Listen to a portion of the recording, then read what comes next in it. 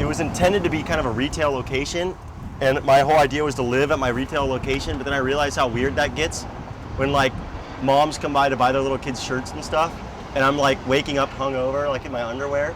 It's kind of really weird. So now it's going to be a little more of a showroom and less of a store. Right. So what are you going to show? Just I don't know. We're trying to make stuff. Yeah. We've always tried making stuff, and I think we're finally going to try to sell it now. It's hard to know where to start with Robbie Kegel. He's moving so fast that as soon as you think you've kind of figured out what his trip is and what he's doing, he's completely onto something new. There are well-respected shapers within the surfing community that look at some of the boards he's building and some of his design ideas, and they don't get it. They look at the boards and they discard them as a weird art project that isn't actually functional and isn't going to work. But when you watch guys like Alex Knost ride his boards, you realize that they're moving into brand new territory and they're doing absolutely landmark things within the surfing community. Well, shoot, this is where I live. I'll show you where I live. This is like where I live, right here. My hole. Shove myself in here every night. This is a really nasty non-operated bathroom. This is a bow. This is the silkscreen room, if you will. You silk screen other things besides shirts, yeah? Yeah, our laminates, you know, for the boards. Mm-hmm. And some wetsuit stuff sometimes. And the clothes. And surfboard stuff too. Fin stuff. This is where the dye processes go down, out back here. You got a little sun color going Yeah. on. This is a mess back here. This is just, I guess, a mess. Got a lot of stuff. Just stuff. Shaping room for the surfboard thing. When we do our surfboard thing, you know, happens sometimes. This is the sign making going down. I want to do a neon green. I'm sure you do. It's not going to happen. Yeah. No neons. We're going for old world here. Come on. You had some other ones the other day. We want shit to look like that. Yeah. Surfing is really a pretty homogenous, corporate-driven, package, bland culture, I think. I mean, in a lot of ways, there's some cool individuals in it, but like what's getting pressed at us from the big companies and the media is just kind of like, they're just shuffling shit out, and it's just like one season to the next, and like what's gonna sell and what's the thing to sell.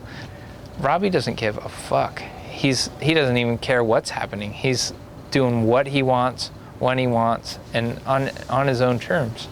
Green outline around the git with yellow lettering, and then gray lettering with probably brown outline. Don't you think? Yeah. Sick! I don't want to be the next surfing brand. I want my surfing to be a hobby because the surf industry is a very well-greased money-making machine, and I really don't want to be any part of that at all. I want to enjoy what I'm doing and be proud to be involved with what I'm doing. This one's really actually kind of shitty, but it's okay. It's kind of loud too.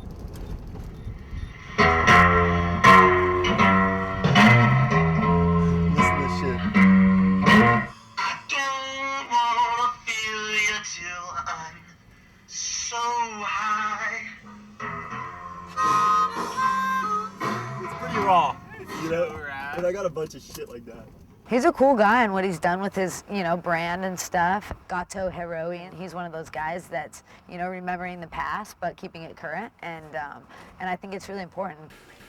He's making things that they look so unusual that it's easy to just go, that would not work.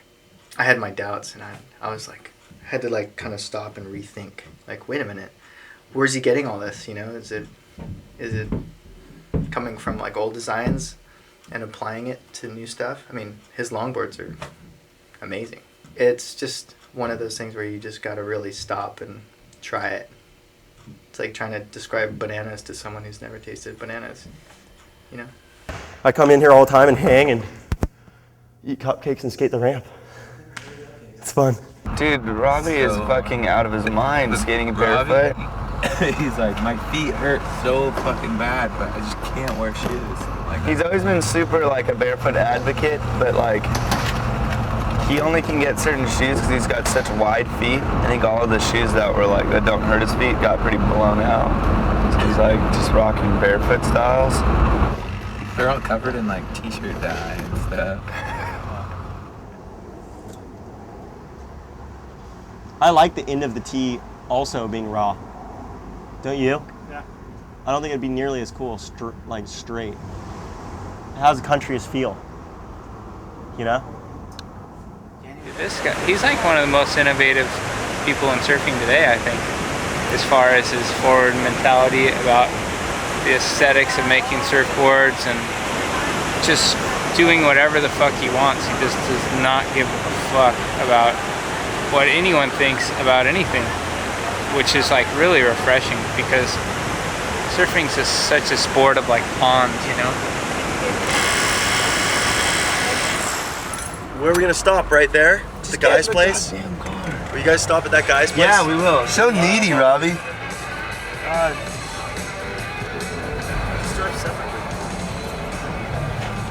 no reason why not to. Saves gas. And we're bros.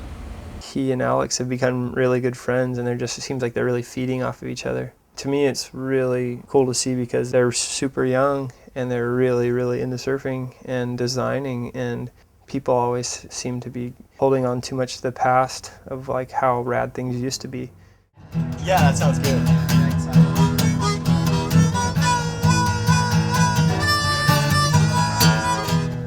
Yeah.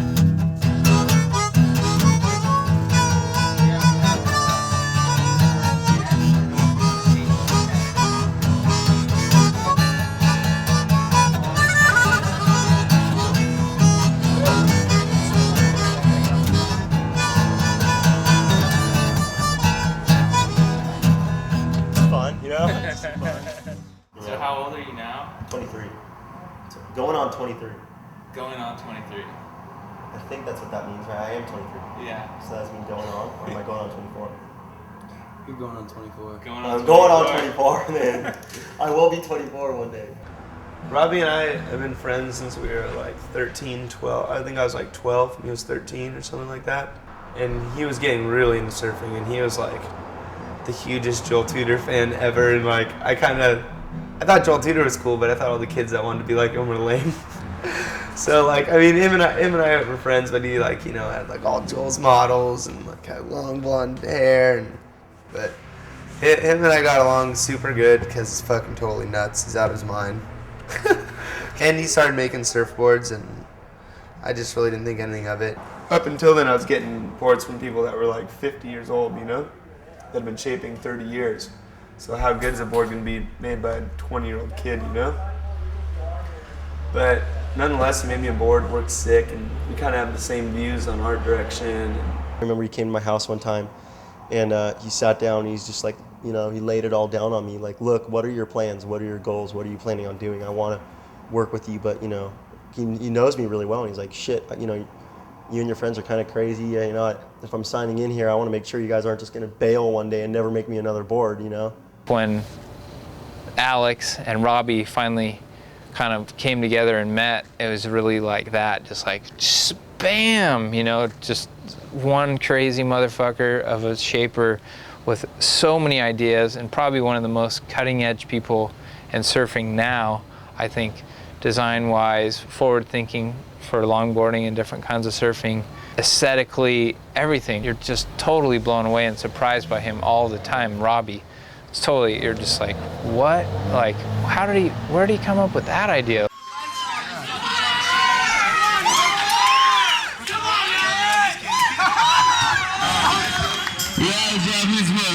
And this has got to be rock on.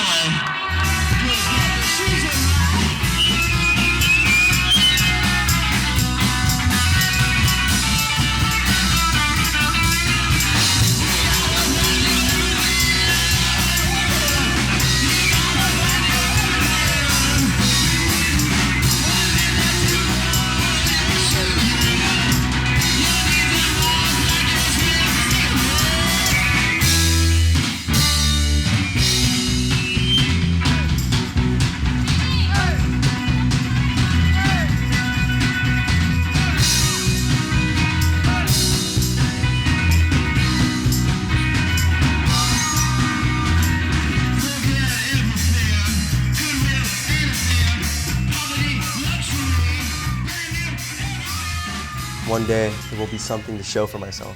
Not yet. Yeah. Might be a lot. It might never happen. I don't know. I hope like 10 years from now you don't come back with that same silly camera and I'm doing the same silly shit. I hope there's like I hope I'm gone from here. I hope I'm moved on, done something else, you know?